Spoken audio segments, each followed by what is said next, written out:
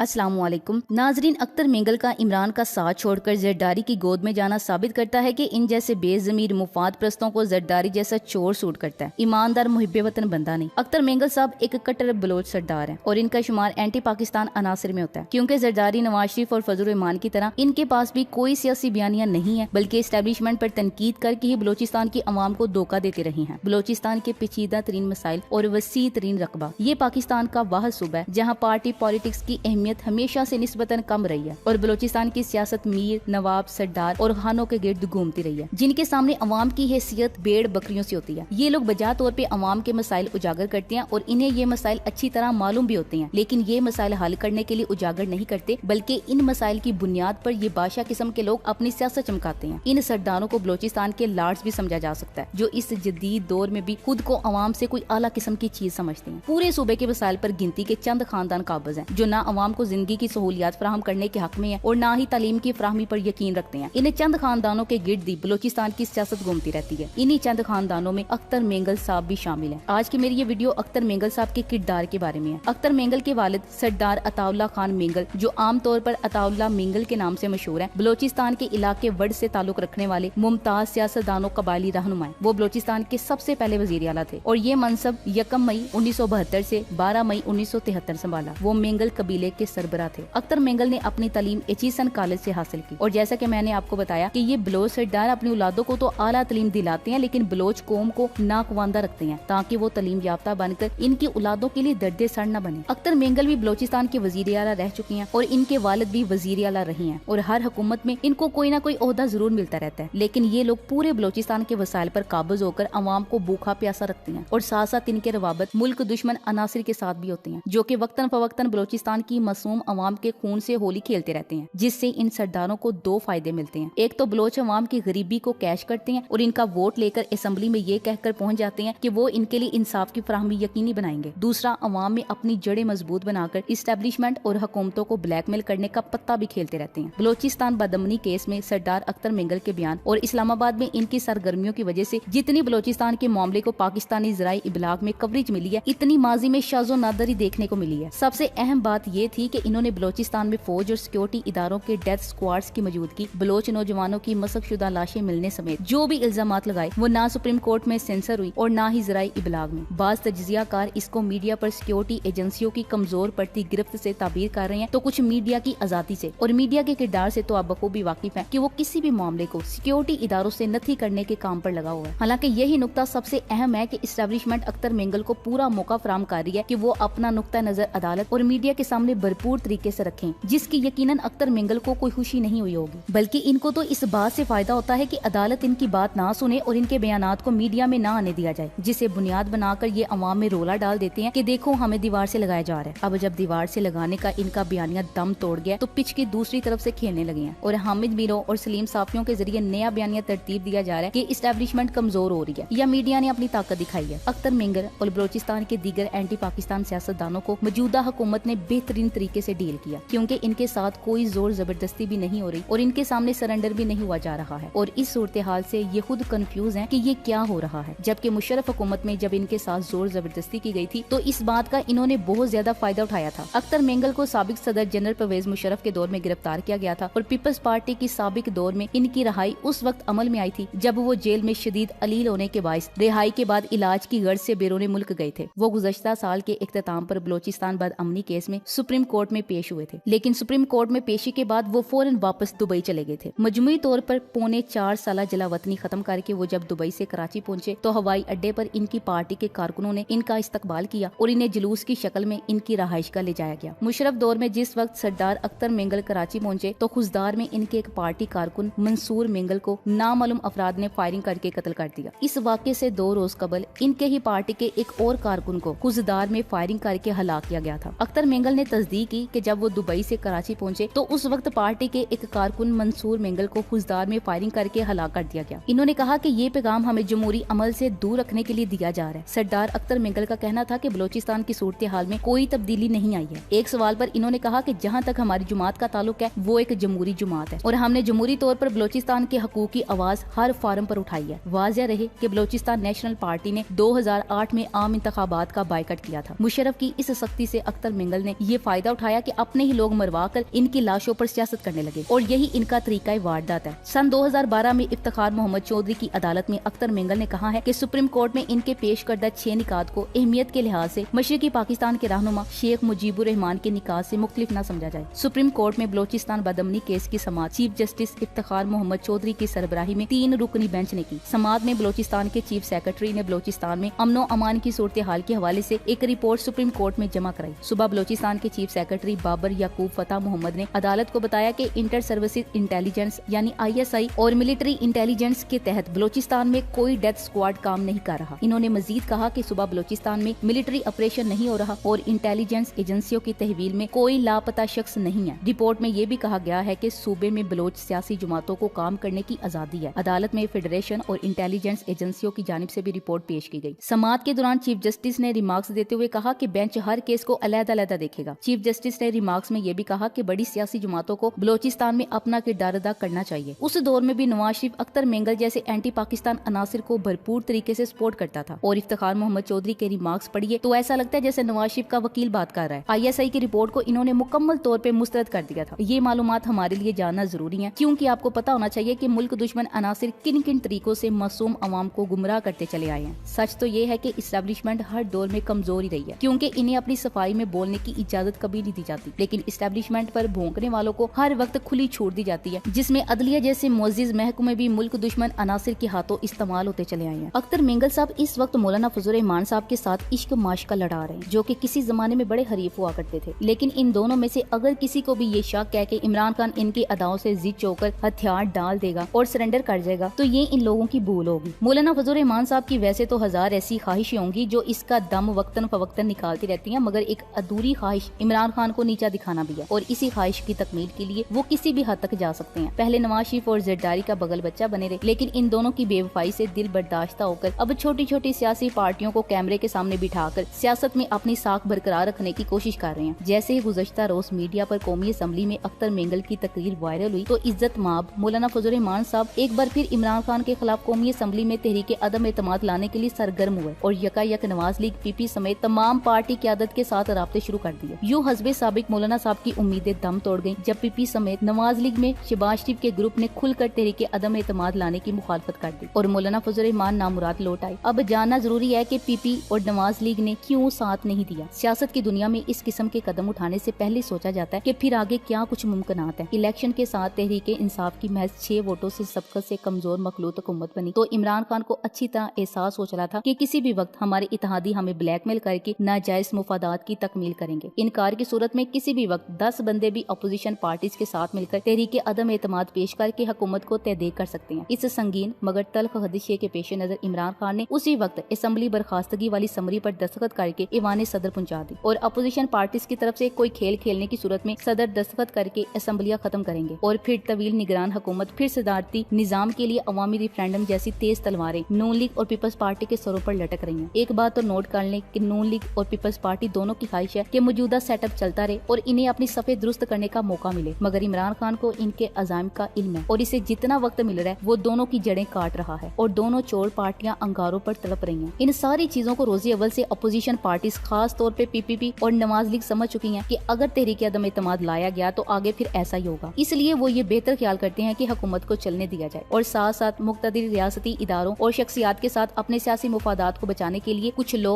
और कुछ दो की बुनियाद पर मामलात निपटाए जाएं। यही वजह है कि इस वक्त एक तरफ दरपर्दा मुख्तदिर शख्सियात के साथ गुफ्तो शनीद भी जारी रखा गया और साथ साथ सियासी प्रेशर भी बढ़ाया जाता रहा है ताकि अच्छे नताइज हासिल हो सके। खुलासा यह है कि इस वक्त तमाम अपोजिशन पार्टीज की रियासती सियासत अपने जाती मुफादात के तहफ़्फ़ुज़ के गिर्द घूमती है। किसी को अपनी सियासी मुस्तकबिल और किसी को नाजायज दौलत बचाने की फिक्र है। कोई किसी को अपने लिए इस्तेमाल करने की कोशिश में है तो कोई बतौर कौमी लीडर बतौर ऑप्शन सामने आने का ख्वाहिशमंद है। नवाज लीग और PP की सियासी बर्बादी और जवाल को महसूस करते हुए मौलाना फजल रहमान साहब ने अपने कार्ड्स बड़े शातराना अंदाज के साथ अब तक खेले हैं, मगर खातरख्वाह नताइज ताहाल न मिल सके और ना कभी हासिल हो सकेंगे, क्योंकि आजकल मौलाना फजल रहमान की तर्ज सियासत और कश्मीर फाटा कबायली इलाकों से मुतालिक सियासी मौक़िफ़ रियासती अवामी उमंगों के साथ मुकम्मल मुतसादम है और सबसे बड़ी सियासी गलती मौजूदा हालात में अपने जाती शफाफ हैसियत और मंशूर के साथ कौम के सामने आने के बजाय कौम की तरफ से मुस्तरद शुदा PPP और नवाज लीग जैसे गुंग पार्टीज को मुसलसल गले लगाना है, जिसकी वजह से मौलाना फजल रहमान सियासी दुनिया में हर खासो आम के लिए नफरत की अलामत बन चुके चुके हैं। अब मौलाना साहब अख्तर मेंगल जैसे एंटी पाकिस्तान बंदे को सियासी दबाव के लिए इस्तेमाल करना चाहते हैं, जिससे मौलाना फजल रहमान के खाते में एक और नाकामी बढ़ जाएगी। मुझे अपनी दुआ में खुसूसी तौर पे याद रखें और इस वीडियो को ज्यादा से ज्यादा शेयर कीजिए। अल्लाह आप सबको हामी और नसीर हो। आमीन सुम्मा आमीन। Thanks for watching. Allah Hafiz.